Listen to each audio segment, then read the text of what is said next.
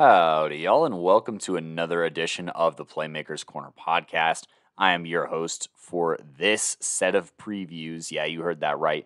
Cody Stoffer, where we are going to talk through 10 programs here, and we are going to assess how they did last year, in addition to who graduated this past spring in 2023 and won't be joining us on the field this season. But then also talking about the players that will be returning and then projecting a record based off of their schedule as well as their opponents. So without further ado, let's just go ahead and jump into it right now with the Skyline Falcons. But, with the Falcons, not to brag, but this Skyline team did exactly what I guess they would, which was, stating, and I quote, "This season is chock full of challenges, but in order to be the best, you have to beat the best." They probably leave their first 4-game stretch 2-2 with a big shootout brewing in week 1 against Denver South.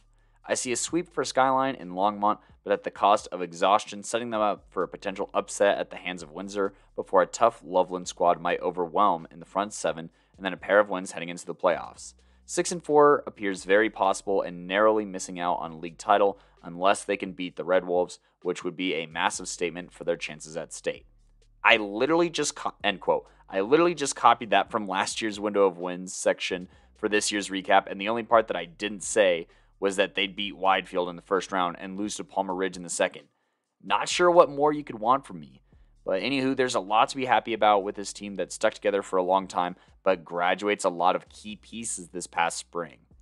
Hard to talk about the Falcons without our top 5 senior quarterback and UNCO commit, Caden Box, who put together a solid season, tossing for 2,100 yards on 54% completion percentage and 24 touchdowns to just 7 picks. He improved his decision-making drastically from his junior season, and that combined with his big arm meant that it was time for this offense to feast. Some of the fellas at the table were Landon Trope, who is a senior, 17 catches for 248 yards a score, Dylan Bridwell, 31 catches for 388 yards and 5 touchdowns, but most of all, the matchup nightmare that is Logan Miller. Logan was beating double teams and running himself open against 3 dudes keyed on him at a time, and that led to the monster season he had of 68 receptions for 1,246 yards and 14 touchdowns for one of the best statistical seasons of any wideout last season. Unfortunately, all 3 of those targets will be graduating along with Box. Now, the defense for my preview last season was the question mark I had, and there were plenty of studs who stepped up for a formidable unit that were seniors. The headliner being senior Maddox Leggett here, who led the team in tackles at 78, tackles for loss with 5, and brought a high level of physicality to this squad, flying all over the field making plays. Giancarlo Barron was holding it down in the secondary with a team best 6 interceptions and another 3 pass deflections while recovering a fumble as well as consistently killing drives and putting opposing defenses in bad spots to deal with his offense again. Isaiah Longdo was the leader of pass rushers with 3.5 sacks and second on the team in both total tackles and tackles for loss with 66 and 4 respectively. Alan Muniz was the only other player with 4 tackles for loss, or even more than 2 for that matter, who's also a senior this past year. Evan King rounded out the top 3 in tackles with 61 and notched 2 interceptions with 3 pass deflections and a forced fumble on this unit. Not to be forgotten, Bridwell was also tied with Barron and King with 3 pass deflections and had an interception himself. And overall, 7 of the top 11 defenders in tackles were from the class of 2023, and they have graduated this past fall. So this defense that was a question, graduating a lot of guys, and then, the offense that was so dynamic, electric, what have you, in their 6-4 season, they're also basically all graduating. Both units, around 30 points per game, which checks out once you realize that they went up, they had a little over a 500 season, right? So those are all the guys that are checking out. But some of the guys who are checking back in were the first non-senior to break through on the tackles list, which was Jonathan Kanar here. And what was even more impressive was his team's second best 3 interceptions, creating an area of risk for danger in his area to throw. Another rising senior to keep an eye out for on this defensive squad would probably be Gentry Swanson. He had 2 tackles for loss, 21 total tackles, and an interception. Now, unfortunately, Skyline is also losing a lot of muscle and size up front.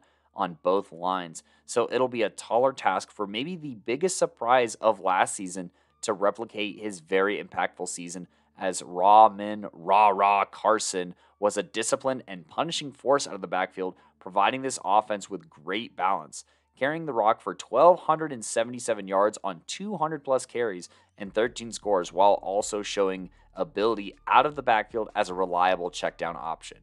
The load of the offense will fall a lot more on his shoulders, as they ran a quick game system and may have to adapt to whoever is under center for this next year. So lots of impact guys, maybe a little bit of a step back for the Skyline Falcons this season, who open up their season against another high graduating kind of squad in Denver South. This time it'll be in Denver. I think that Denver South is returning more players on defense, so I would probably give that to them. And they also have a pair of running backs that are very solid versus, the one proven running back in Carson here. Then they have a home game against Stanley Lake, who's also graduating a pretty significant amount, so I'd call that one a coin toss. I don't think that they beat Fruita Monument. I actually think that Vista Peak Prep is returning a decent number of players, but I don't know if that'll be enough to overcome Carson's just pure sheer will here. So I'll give Skyline, 2-2 here heading into their Longmont games, where I actually think that they go 0-2 this season against the likes of the Trojans and the Raptors. Then they have Windsor at home. Windsor did graduate a pretty significant amount of talent, but they are also bringing back a quarterback and stuff like that. So I think that that's something to keep an eye on. Loveland, this is another team that, I'm going to talk about later this episode that is graduating a ton of talent. But, I think that they have enough playmaking on both sides of the ball with two particular players to kind of not offset the amount of losses that they have, but at least to beat Skyline, in my opinion, for a second year in a row. Grand Junction Central, this team is returning a pretty nice bevy of playmakers here. None that were super crazy or anything like that, but I think it's at least worth calling it a coin toss and then ending the year with Greeley Central that they should definitely beat.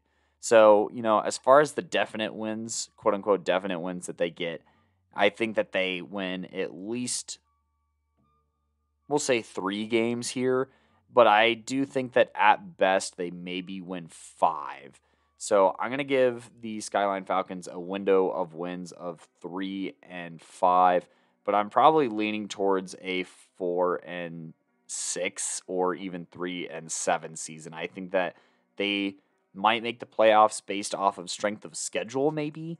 If both Silver Creek, Longmont make the playoffs, as well as Windsor and Loveland, maybe, along with a Fruita Monument appearance, wouldn't hurt either. So playing 5, maybe even Denver South 6 playoff teams, if that's all of their losses, then that's not a bad season by any means. So I guess, 4 and 6 is probably where I'm sitting as far as definitive wins for Skyline.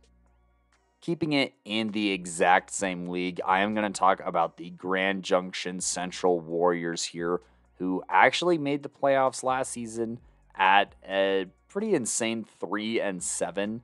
They opened up the season with a 7-point loss to Fruita Monument that I think went a very long way, because I believe that Fruita was the 9 seed in the postseason, if my memory serves me correctly. And then they beat Palisade and Grand Junction before losing to Durango, Glenwood, Springs, Montrose, and Loveland all in a row. Those are all playoff teams, except for Glenwood Springs, so that's a little bit surprising to see strength of schedule help them get here. But I believe that, after beating up on Greeley Central, having only a 7-point loss to Windsor on the road was huge for them. And then they drew Fruita Monument in the second round and got proven that, that they weren't on that same level as, Fruita Monument, and that they had made Fruita Monument, that is, significant strides since the last time these two teams played off. So let's go ahead and talk about some of the seniors that graduated. One of them is Santana Martinez. I kind of talked about him last year as, he became the leading tailback, 448 yards, 4 touchdowns. While on defense, he led the Warriors with 89 tackles and 9 tackles for loss. So a do-it-all kind of guy on both sides of the football, someone that you're going to have to replace here. And then with an offensive line that varied from day to day and ended up being behind a few times, the Warriors team had to start passing. And, they even had a, play color change about midseason. So cue in Devin Hickey, who threw for 1,438 yards and 9 scores, but might be replaced by someone a little bit more efficient after throwing 10 INTs this season. Someone had to catch the passes, though, for GJC, and there were a couple of real studs. You have the likes of Jackson Gahn, who almost reached 500 yards on 33 receptions, scoring twice. But I think one of the, best pass-catching targets to talk about here was top 5 senior tight end Cash Walker from Playmakers Corner. We broke down his film, obviously, on our top 5 senior tight ends list of the class of 2023, but also listen to his insight on episode 251 with his interview where he informed us that the majority of his production came from the minority of the season, which is impressive considering he ended up leading this team in scores with 5 receiving touchdowns. And then even though they didn't have the most numbers, Antonio Atencio and Johan Treviso still walked so that future receivers could run, with those two combining for 34 receptions and 355 yards. And then Treviso defensively was amongst the leading interceptors on the team, along with fellow seniors James Montoya, that matched the totals. Javian Hernandez here was 6th on the team in total tackles, but was a menace in the backfield, racking up 7 tackles for loss and takes those across the stage, along with Cash Walker's 3, James Montoya's 3s, Cal Biliu's 2, and Tyler Zeke's 3. This totals 75% of all the tackles for loss on the squad walking across the stage this past spring. But let's talk about some of the guys who are coming back who can maybe help this Warriors team kind of land a little bit more on their feet than, on their head or something. So obviously they're, bringing back a pass-heavy system is kind of the vibes that I've heard from some of my sources around the state. And, I think that there's a lot of buzz and excitement for Grand Junction Central, who, historically haven't fared well against Grand Junction or Palisade in the past, decade or whatever, or even beyond that. And so for them to get both of those wins, be riding this, high-flying offense that they want to become, and, some of these playmakers here, I think that there's a lot of buzz in the town of Grand Junction, rightfully so.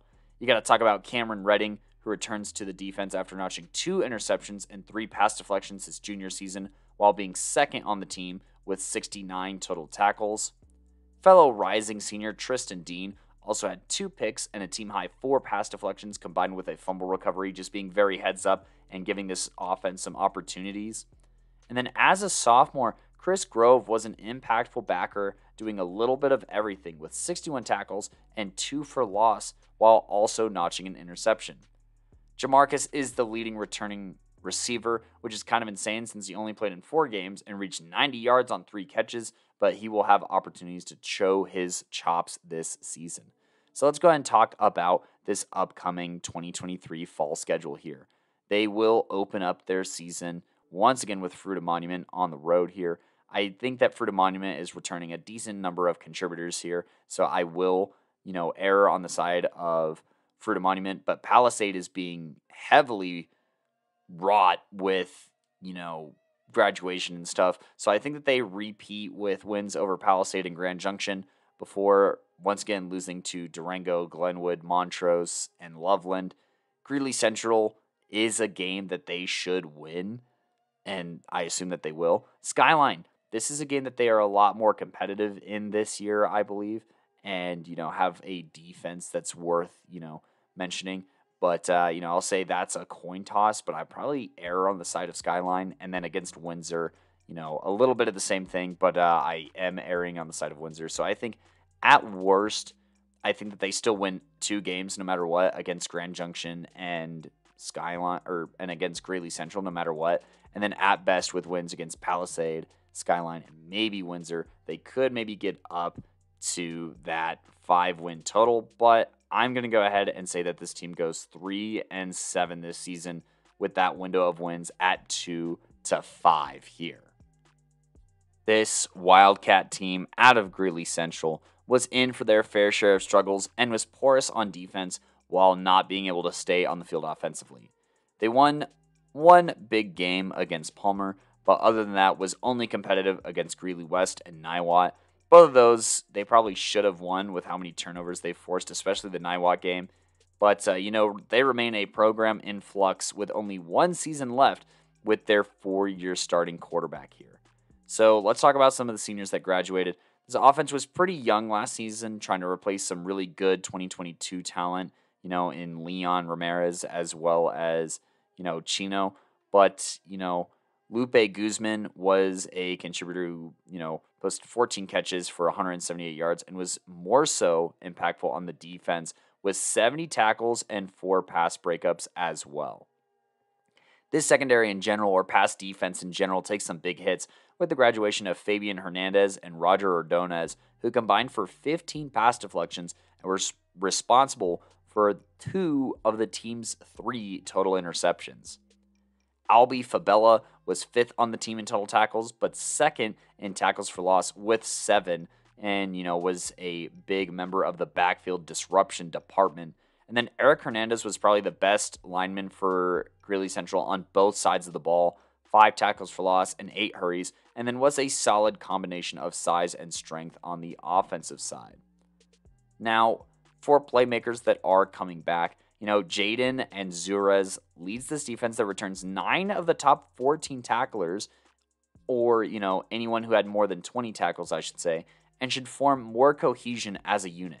He himself had 95 total tackles and 6 tackles for loss, which was not even the best on the squad, as sophomore Ernie Tenorio went crazy with 8 tackles for loss out of his 77 total tackles. This is a great recipe for a rising junior season from Ernie Tenorio. And then once you account for Enzurez and Isaiah Asensio, who both collected 6 tackles in the backfield last season, that's a unit that returns a whopping 38 tackles for loss to next season, including Chris Rojas at 6, as well as former sophomore Yateli Busanera's 5. So lots of disruption in the backfield going on. What about the pass game? Obviously, we talked about, some interceptions and pass deflections walking across the stage. But don't worry, Dan Santillan will be returning after forcing 2 fumbles and having 6 pass breakups, and was the only non-senior with an interception on a defense desperate for playmakers. It's important that Steely Dan here is going to be able to make plays in the pass game. Busanero was also tied, Yateli that is, for team lead in fumble recoveries, along with fellow sophomore Ernie Tenorio. And then talking about the offense, we're going to flip the script a little bit here. Sophomore tailback Carlos Cardoza earned the most carries on this unit last season and was able to show 342 yards from it, and then leading in rushing touchdowns with 4. Oddly enough, he was also their leading receiver with 434 yards and another 4 scores, proving to be a versatile athlete for the Wildcats here. You will have 2 rising seniors returning here in Alfredo Gonzalez, who got a solid amount of carries and found pay dirt 3 times, and then an additional time with the team's second best, 276 yards through the air. But who's delivering these footballs? Who's handing them off? That is none other than 4-year starter Genoa Trujillo, who returns as the starter for the 4th season in a row with a team that hasn't had the most success building around him. And when playing behind, he tries to do too much, but I'd rather go down swinging if I am down big. We've seen him make some great passes. He knows how to go through reads, but, if your receivers aren't creating a ton of, distance between themselves and the defenders and makes every throw a really hard one, you're going to throw a ton of interceptions.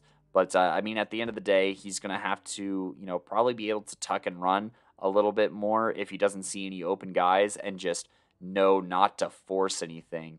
Because even if you're down by a lot, forcing something is not going to close that scoring gap if it is a turnover. So, for Greeley Central here, like I said, this past year, almost beat NIWOT.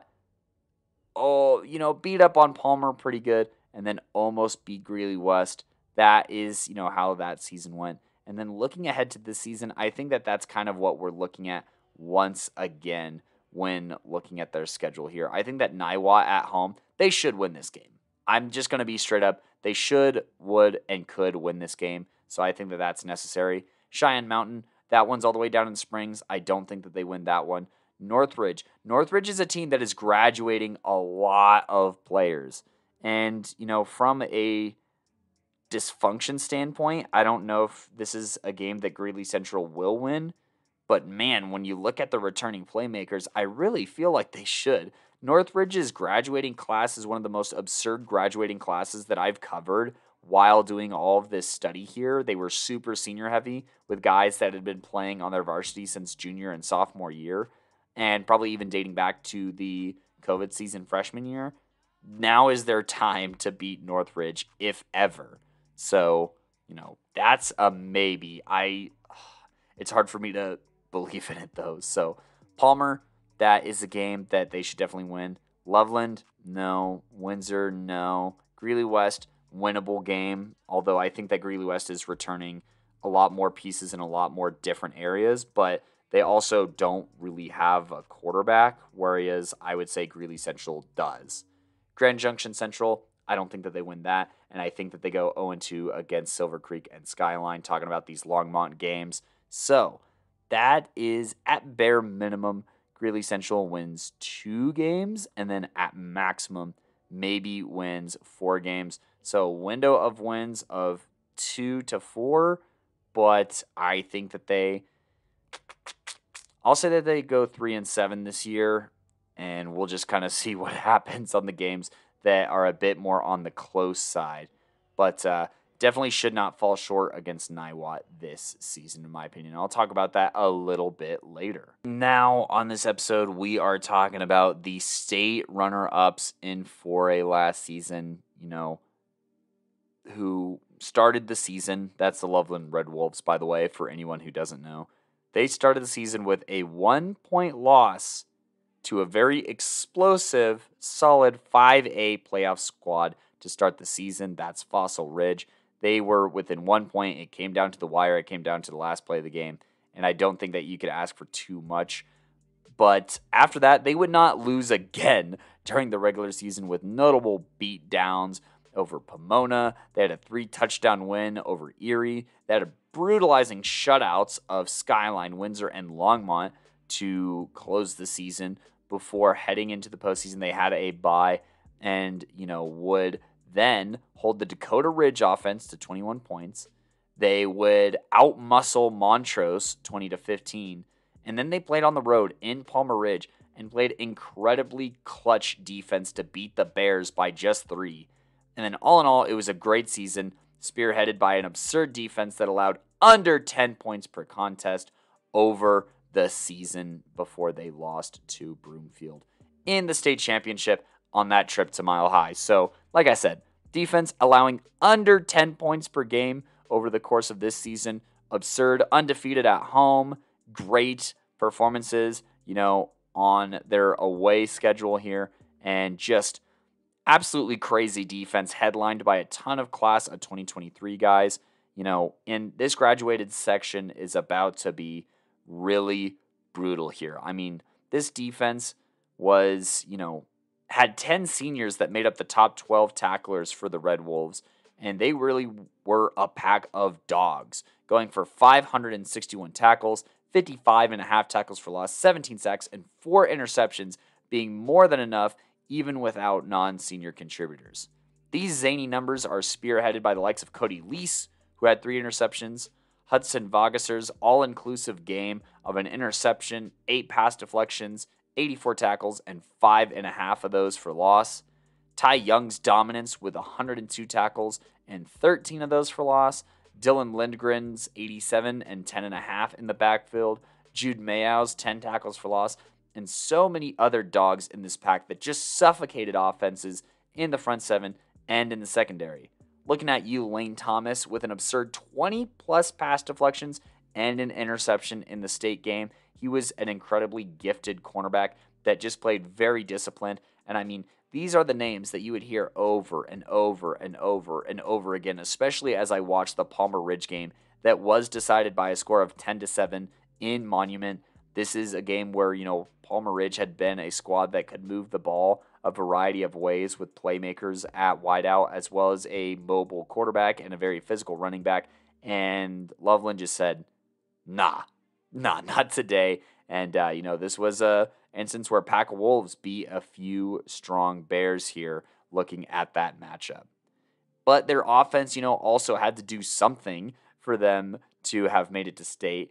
And, I think that was very obvious with Offensive Playmaker of the Year candidate Garrett Harstead, who graduates after a career where his frame with size and speed was enough to punish linebackers, including this last season where he ran for 1,832 yards and 24 scores while having, I think, one of his better passing seasons, throwing 10 touchdowns on 53% completion for 631 yards.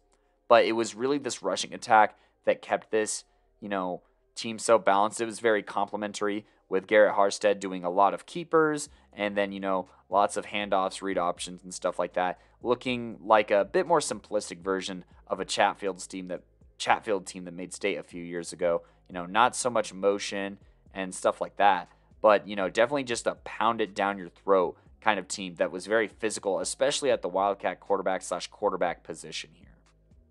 And joining them across the stage out of the backfield are another 29 scores with the likes of Drew Foley, who had 12 rushing touchdowns on 918 yards, Trent Stevenson, who had 7 touchdowns, and Jude Mayow, who had 4 scores, all contributing to the lethal Loveland rushing attack. Like I said, just coming from a bunch of different directions, all these guys run a little bit differently. There's another guy who ran the ball very effectively as well, who will be returning.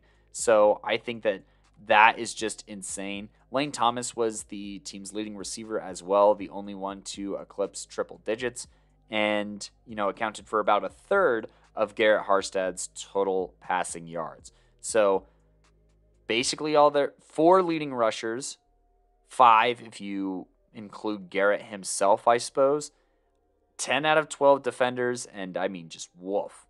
But why am I still giving them my vote of approval in some of the games that I'm talking about for this coming season? Well, I think that hugely falls on the shoulders of Trey Olson, who has the onus of experience with him after rushing for 556 yards and 7 scores, and is like the only dude to come back with substantial snaps on offense.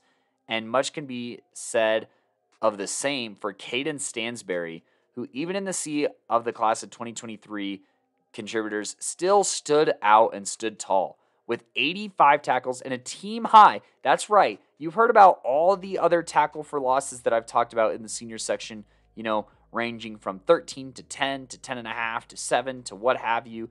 Caden Stansberry, as a class of 2024 player, led all of those dudes in tackles for loss with 18, while also getting 5 sacks and a pick 6 to go with 3 forced fumbles and 4 fumble recoveries. He will be tasked with helping guide this heavily underexperienced defense, but holy cow, is that the kind of guy that you want coming back to, ask that from, or what? That is an incredible resume, insane stats, and just great execution from both of those guys. And Caden Stansberry, definitely, I think, a Defensive Playmaker of the Year candidate heading into this season. Definitely a watch list guy as well. So let's look ahead at this schedule here. They do open up the season once again against Fossil Ridge at home. I do think that Fossil Ridge does take this one. They too are graduating a good number of players, but they are bringing back Colton Pollock, who will provide some stability for this offense, which is, I think, a little bit more impactful than Caden or Trey's impact for Loveland. Mountain View, they should definitely win this game. Pomona, that will probably be a little bit closer, but I'm still going to err on the side of Loveland here. Thompson Valley, I don't know if they win this game in the battle for Loveland. Thompson Valley, obviously, Loveland is the more prestigious program in the past couple of years, but Thompson Valley is returning a lot of players here. So I would look out for an upset alert from Thompson Valley for the battle of the Valley here in Loveland in that game. Greeley Central, they should win. Erie, I don't think that they win that game. Grand Junction Central, that's at home. Which I think is a huge deal for Loveland here. So coin toss, but probably Loveland here. I think that Loveland probably beats Skyline. I think they still compete with Windsor. I'll call it a coin toss. And then they end the season with a non-league game, actually, against Longmont here.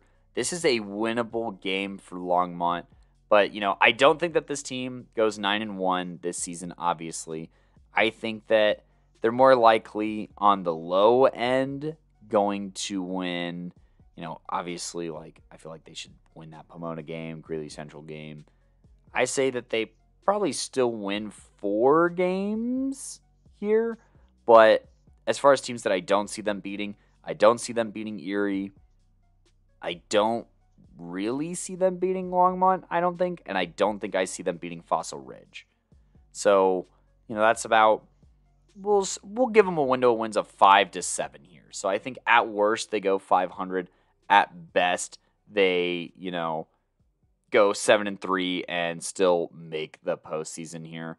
I'd probably feel good saying that they go 7-3 like exactly this season and just finding out where those 3 losses come from on the bit more specific side. For my last 4A squad here, so once again, wrapping up this 4A segment and my 4A previews here, at least, for this fall season, I got Loveland going 7-3 with a window of wins of 5-7. I got Greeley Central here going 3-7 with the window of wins of 2-4. I have a window of wins of 2-5 for Grand Junction Central, but I'm leaning on them going 3-7 as well. And then Skyline, I got a window of wins of 3-5 and see them going probably 4-6, maybe 3-7. So if I am done with 4A, that means that we are on to 3A here. And I think that this is going to be exciting to talk about. I think that there's, a lot of good matchups, and there's a lot of returners here for 3A. 3A feels a bit more open than it normally has been, and I think that that's going to start with this very next team that I'm going to talk about here. That is the Denver North Vikings here. Obviously, a couple years ago playing in that Denver Prep League, and, now being in that 3A League 6, they get to see a handful of the same opponents, but then they play in one of the tougher leagues in 3A. So, their season last year went almost exactly as I said, with the sole surprise being the Northfield demolition of the Vikings. And, then their struggles in a stacked league kept them out of the postseason, even with a 5-5 record. So, I look at it, obviously, I was at that Northfield game, not a good game to watch. But, outside of that, they fared pretty well in league. Non-league. They won all of their other non-league games, which I think was important. But then once it came to league, the only team that they were able to beat was NIWOT, which they only beat by a score. So, a little tough there. But some of the seniors who graduated were Vincent Colbert, who is the top senior tackler, and also ended up collecting 7 in the backfield, which is second best amongst seniors not named Elliot Reyes, who had 9 himself. Reyes. Fernando Ione was responsible in 4 tackles for loss in just 3 games played last season. And then Tane Norris was the interceptions leader with 3 interceptions his senior year. But the returning playmakers is where you should get excited for this team. And I think that the big one here is that their offense will be back in full strength from last season, headlined by quarterback Frankie Dardano, who threw for 2,000 yards and 13 touchdowns to 5 receivers who all notched triple-digit receiving yards and were all in the class of 24. That group is headlined by Lorenzo Guerra and Gabe K. McInnes, who both had over 500 yards and a touchdown apiece. Guerra led the squad in TDs with 6, while Gordon and Espinosa both had over 200 yards and 2 touchdowns. Dardano ran for another 7 touchdowns and another 450 yards and was a reliably speedy dual threat here on the 3A level. Eli Espinosa ran for 721 yards and 5 touchdowns, proving to be reliable both through the run and the pass on the defensive side of the football with 61 tackles and a team second best 11 tackles for loss. I think something to note before I start talking about a lot of the defensive guys is that there will be a new offensive coordinator in tow at Denver North, and this is the one from Kennedy last season who was able to really maximize the likes of Ron Gallegos Jr. as well as, Isaac Cisneros over the course of 4 years. So an offseason here with Frankie Dardano and this offense that is returning a lot of players. This could be a very explosive offense. This is going to be one of the more I'd say, complex or at least, trusting offenses in football here. And, I'm very excited for this offense for that reason. And it's not like this offense was necessarily bad last season. I just want to put that out there. They were a unit that did average about 20 points per game. But I think that this is a unit that could get a whole touchdown more of averages, if I'm being completely honest, with all the returners as well as the scheme that, I have been able to witness a few times over the years. And then on the defensive side of the ball, like I said, Eli Espinoza was very solid. He had a team second best, 11 tackles for loss. And then, Scotty Droulard is another junior of 7 returners who had a nice 54 tackle, 9 for loss posting this past season. Elijah Berg led the team overall in tackles for loss with 14 on a unit that returns a decent chunk of TFLs and tackles in general. Aquiles Escamilla was tied for the team lead in sacks with 2.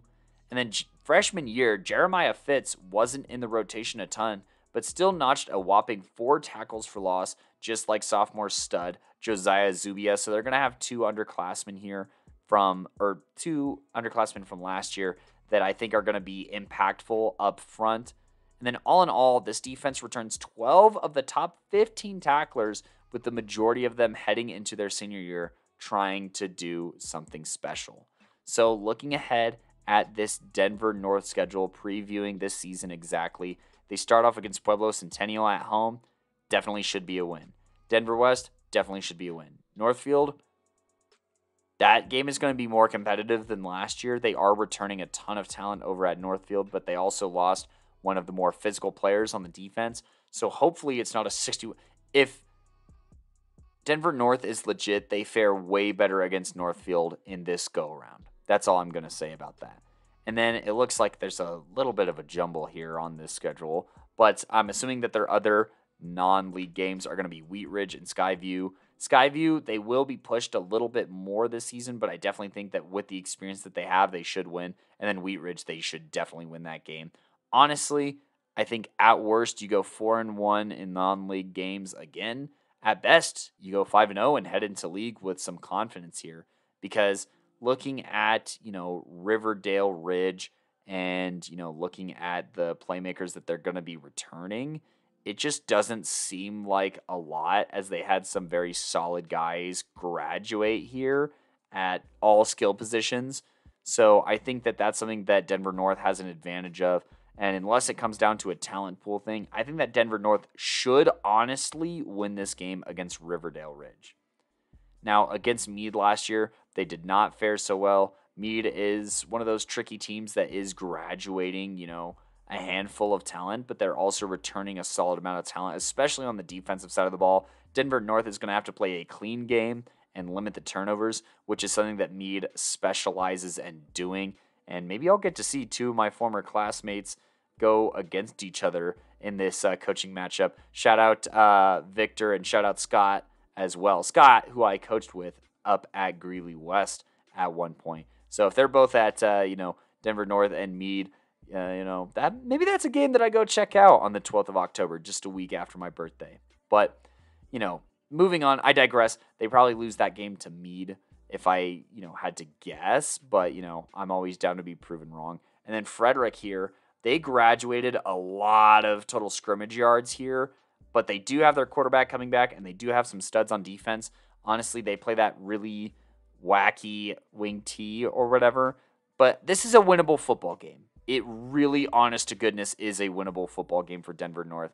I might be a little bit high on them, but man, I just think that the talent's here. I think that other teams are graduating a ton of talent. That includes the likes of George Washington, that graduated some of the best 3A players, period. They had a lot of guys on our all 3A team from Playmakers Corner. So, I think that bodes well for Denver North, and I think that they should definitely beat NIWOT. I think that this team just needs to believe in themselves and be confident, because I think even on the low end, this team should win no less than 6 games. I'll say no less than 5. No less than 5 games. So I'm going to put them at a window of wins of 5 on the low end. And, on the high end, I think that there's, 2 or 3 more winnable games here, so I'll say 7. I'll say that there's a window of wins of 5 and 7, and I hope that this team goes 7-3, but would be disappointed with anything other than 6-4. They better be competitive in the games against other playoff teams, and they will have a chance to sneak into the postseason, but they cannot be dropping, silly games here and there. They can't be making very stupid turnovers or anything like that. Not saying that they were a whole bunch last year, but they just really got to get their act together to, I think, make a respectable push for the postseason, especially in this league. In this league, if you could go 3-2 in this league, I think that bodes very, very well. And I think that they could even go 4-1 in league, if I'm being completely honest. So that's where I'm at. I think the biggest obstacles here are Mead, Frederick, and G-Dub. But, I think that if you steal one of those games, you leave with a winning record and maybe even punch a ticket to the postseason for this Vikings squad. As stated previously, George Washington here is graduating a lot of talent. And I mean a lot of historical to G-Dub talent, I feel like. I think that it's headlined very obviously by Celis Honeycutt, who graduates after a senior season that saw him average 14.2 yards per carry and help this team go 9-1. They had multiple award nominees for Defensive Playmaker of the Year, Most Valuable Playmaker, Offensive Playmaker of the Year, and they, like I said, had a ton of all Playmaker team guys to win this league title and then win a game in the postseason before their season ended. So, finishing with 10-2, double-digit wins is always a huge deal. They beat a, I'd say perennial playoff team in Holy Family in the postseason. And then, still scored 28 points against Durango on the road, which I think is respectable, obviously. So I think that there is a lot to be happy about. Celis Honeycutt, like I said, scored 17 touchdowns and was snow-capped by a dominant performance and takeover kind of game to defeat Frederick for the league title. I always recommend that you go find that episode because it is probably the best game that I have seen to this point in my coverage of Colorado football. Combine this with Honeycutt's ability to go out wide and catch for an additional 529 yards and 7 scores and return multiple kicks for touchdowns and post 87 tackles with an interception and have a fumble recovery and 4 pass deflections. And this was one if not the best player in 3A last season. Combine that with Damari Washington, who is another two-way force, leading the team with 3 interceptions and notching 2 scores on 11 catches through offense. Not to be outdone by the biggest receiving threat on this team, who is Silas Evans, who on just 35 receptions reached 692 yards and 8 touchdowns for his senior season. Gabe Smith was the guy delivering these dots across these 3 receivers and more, throwing for 19 total touchdowns and being able to run a bit of an RPO scheme that definitely played to the strengths of getting the ball quickly into the hands of their playmakers and winning football games that way. Defensive Playmaker of the Year candidate Jari Vaughn was an absolute monster, rotating between guard, interior defensive lineman, defensive end, and linebacker for a team-high 132 tackles and an absurd 103 solo tackles.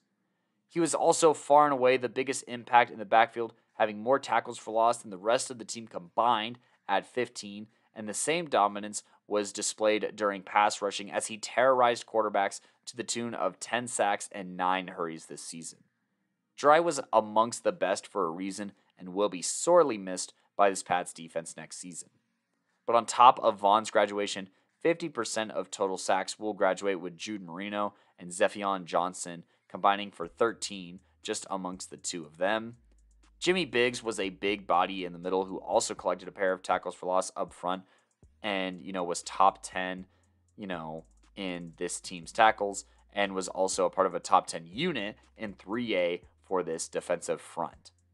Samaj Jimerson Browns was a large presence on both sides of the ball, eating up running lanes and getting a push to open up opportunities for Vaughn and others to collect the numbers, and I believe that he is going on to play college ball as well. I think for CSU Pueblo. I might be mistaken, but just another big body doing his job for the Pats. And then the beast of Silas Evans was also, impactful on the defensive side of the ball. 2 picks, 2 fumble recoveries, 2 forced fumbles, and 105 tackle performance this past season, taking good angles to clean up some serious messes. But all in all, this Pats team loses 9 of their top 12 tacklers, 79% of their tackles for loss, 86% of their sacks, and all but 2 interceptions combined, with over 4,000 yards of total offense and 38 touchdowns. That, oh my gosh. Saying this out, typing this was one thing. It was brutal to type this out, but it is horrifying to say out loud. But it's not all bad. It's not all bad for George Washington, because Markevious Lee showed great promise and dominance in his sophomore season, going for a team second best 12 total touchdowns, and actually led this team in carries and yards, posting 1,280 yards on 175 carries and being very patient for this line to open up holes. He was also 4th on the team in tackles with 84 and will be ready for an even bigger workload next season. Fred Scott was in the backfield with 3 tackles for loss and also ended up in the quarterback's grill with 3 sacks and a couple of hurries to go with his 61 tackles. Caden Reed is probably the other name to consider here heading into his junior year after having met ball carriers 55 times and twice in the backfield. David Yahi quietly put together an efficient season of 418 yards on 45 carries and should be one half of a devious 1-2 punch with Markevious Lee. Not to be the bearer of bad news for this Patriots team, but also to do that, they graduate maybe the most talented player in school history, combined with many other college-level football guys, and then a ton of their staff has also moved on to different places such as Littleton High School. This is as clean of a slate as you can get, but unfortunately that happens in one of the toughest leagues in 3A, which could spell trouble for the Pats here. Luckily, they open up their season against Hinckley. Even with 2 arms tied behind their back, they should probably win that game. Then they got a 4A squad in Falcon at home. I don't know if they win this game. I genuinely don't know if they win this game. I know Falcon is returning a handful of talent. So, I'll say a coin toss for that one. Aurora Central, they should be able to beat. I don't know if they beat Far Northeast this season. I don't think that they beat Mead. They should still probably beat NIWOT. I don't think that they beat Denver North. Maybe they can beat Riverdale. A little bit of a toss-up there. And then they also have Frederick. So on the low end, I think they definitely win 3 games this season.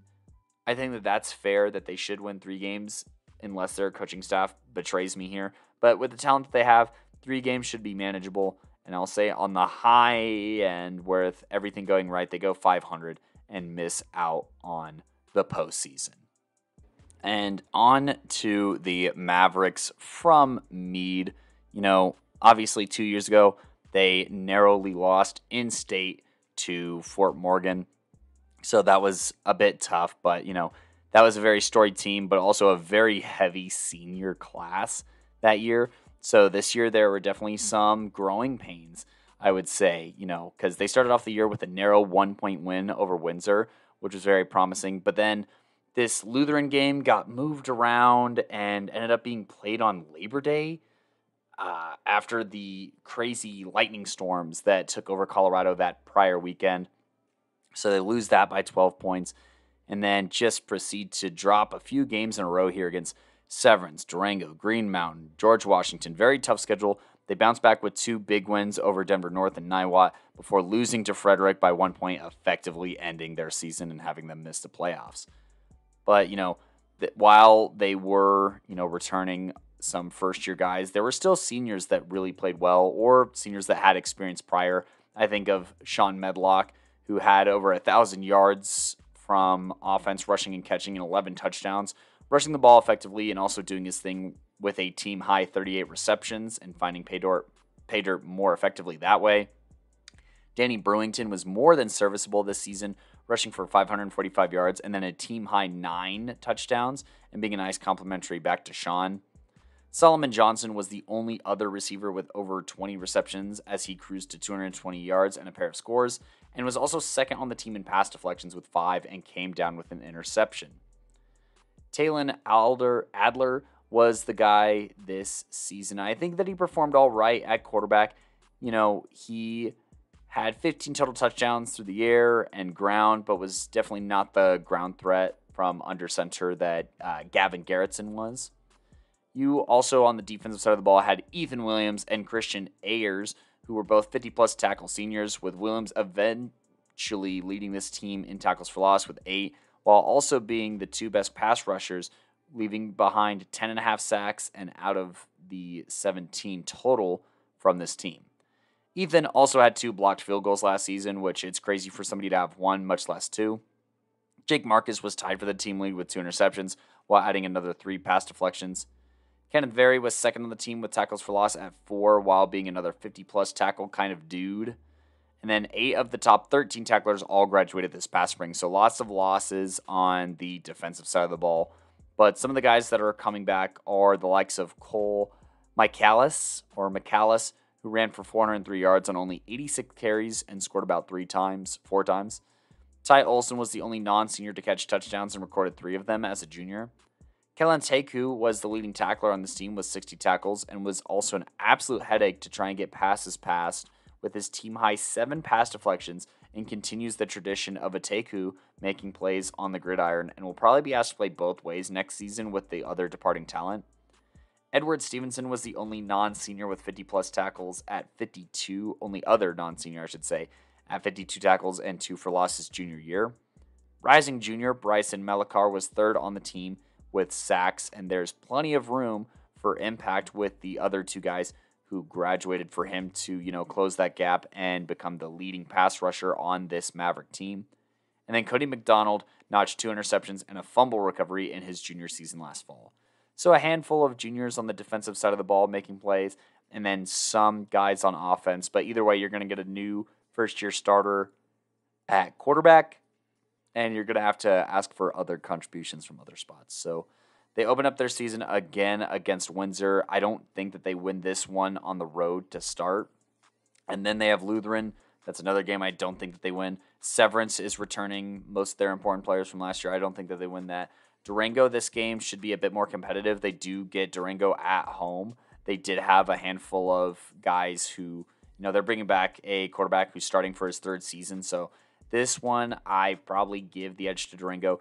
Green Mountain, this was a very senior-heavy team. This is a very, I think, winnable game this year compared to last year. G-Dub, I think that, Mead has a strong chance of winning this game. Denver North, I think that, like I said, I'm going to probably favor Denver North in this one. And then NIWOT, they should definitely beat NIWOT. I want to say that they beat Frederick. And then Riverdale Ridge, I do think that they will beat Riverdale Ridge. So, we'll say on the low end of things that, the games that I don't think that they drop are like 3 of them.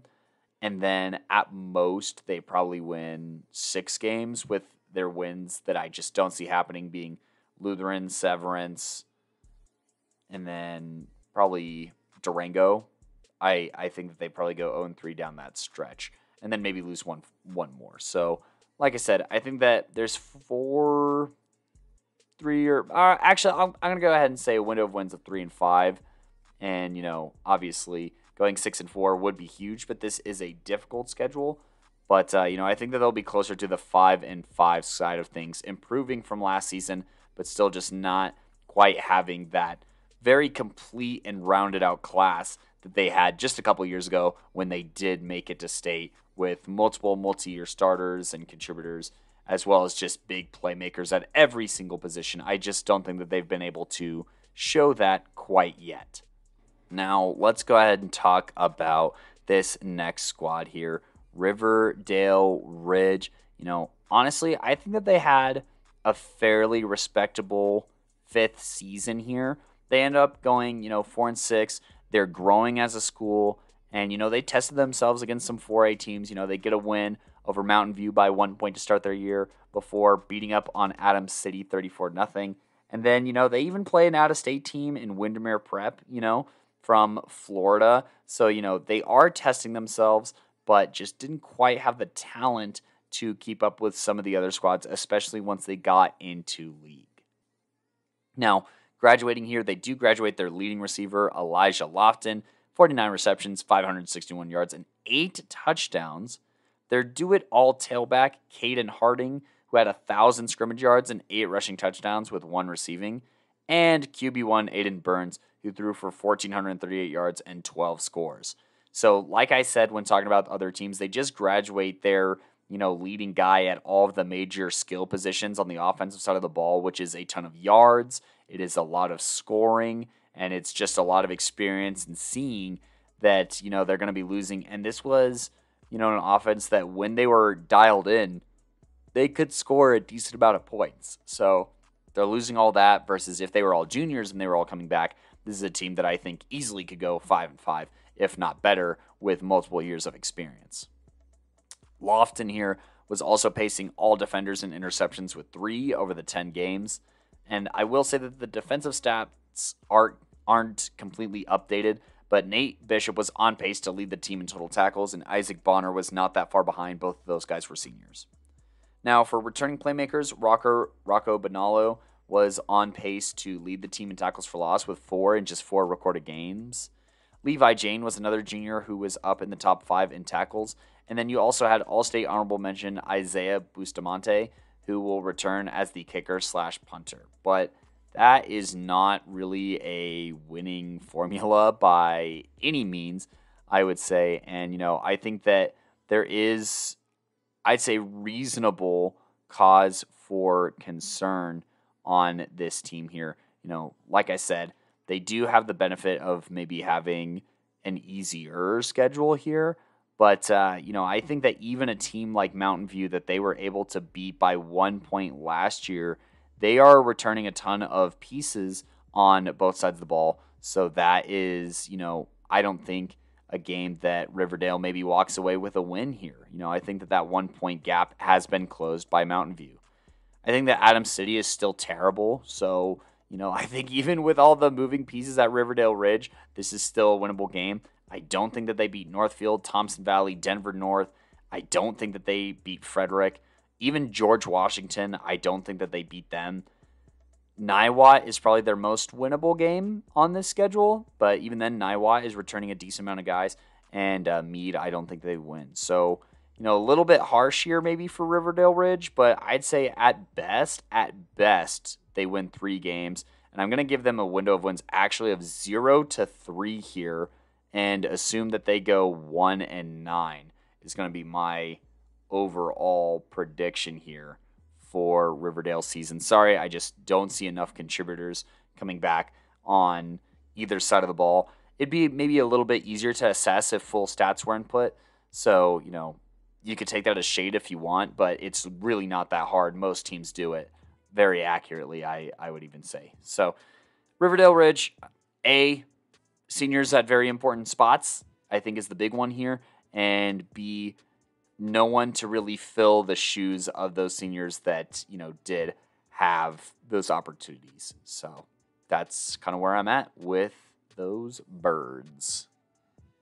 Now, for a team that was a playoff team last year, and only lost to other playoff teams, I'm going to be talking about the Frederick Warriors here. They lose to Holy Family by 1 point to start the season. They lose to Scottsbluff in Nebraska. That was a very solid team over there. And, eventually lose by 5 to G-Dub for the league title. They do still win a playoff game before losing to Lutheran for their season to end. But I think that, they pulled off by seeding what was technically an upset over Summit. So I think that there's a lot of things to be happy about from this 2022 season. And what I think was Matt Floyd's first season in the headset for Frederick here. But, let's talk about some graduated seniors last year. As projected last season, Cruz, Zamudio, and River Lakey dominated out of the backfield, combining for almost 2,000 yards and 20 touchdowns, and Cruz being a big play threat, leading the team with 18 receptions, 356 yards, and 4 scores. Cooper Anderson, Tegan Bone Jace Horner, and Jordan Fahey, or Fay, all caught touchdowns last season in this play-action-heavy offense, and with that, all touchdowns that caught the football will not be returning. Flip that to the defensive side of the ball, and Cooper was the leading tackler with 59 and 4 tackles for loss, and Tegan was second on the team with 5 tackles for loss. Joseph Villani was third on the team with 39 tackles, but recorded 2 interceptions while forcing and recovering a fumble. LaFi Purcell had a pick, but even more crazy, recovered 3 fumbles and found ball carriers behind the line of scrimmage a couple times. And Will Triplett has sets of 3 in the sacks and tackles for loss department. Very appropriate considering his last name is Triplett, notching 3 in those categories. And even though it appears that he only played half the season, that means that he was very, very effective when he was in the lineup. And that kind of high impact, high motor guy is going to be very hard to replace on this squad, much like most of these people. But, luckily, returning for them is going to be leading tackle for loss specialist Kamarly Davey, who comes back to the defense and was second on the squad, also in solo tackles. You also get Taven Haggery, who is impressive as a sophomore. 4 tackles for loss out of his 29 total tackles, all listed as solo tackles, mind you, while recovering 2 fumbles, which was second best on the squad. So somebody who can do it by themselves and get it done in the backfield.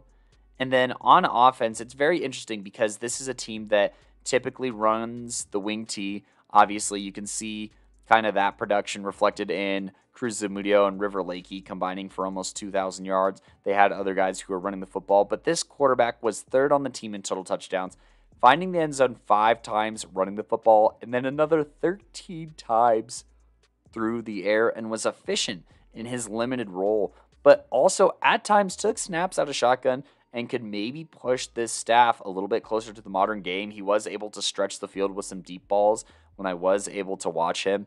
And, out of all the positions to be returning, it's always very nice to have a quarterback that is returning to the fold. They did graduate some offensive linemen, obviously, so that's going to be kind of tough. But all in all, should be in for an interesting season. They do start the season on the road against Holy Family this fall. I think that they don't win that game again. And then a very tough slew of games to start their non-league play against Monarch, Scottsbluff, and Silver Creek. And, with all the players returning to those squads, I unfortunately think that they do start off 0-4 to start their season.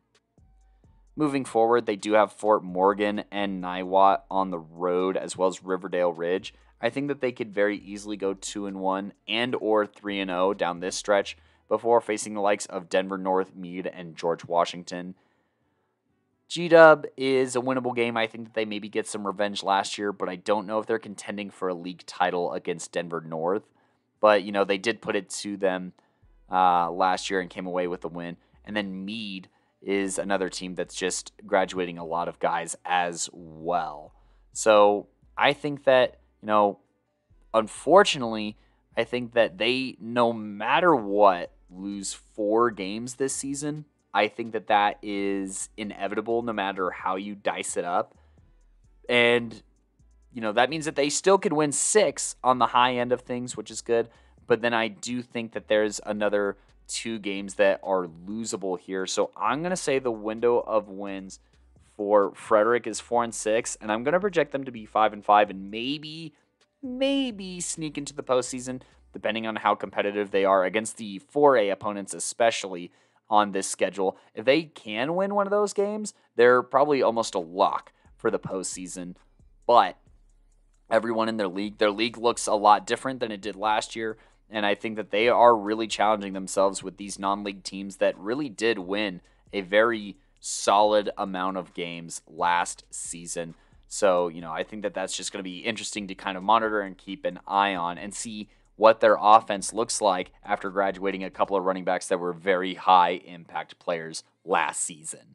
And that brings me to the very last team on this episode, the NIWOT Cougars here, who, had a tough season last year. I'm not going to mince it, but they were in some close contests in their non-league schedule, but they were also cannon fodder in some ways. So, they get a close win over Greeley Central, barely lose to Thornton by 5 points.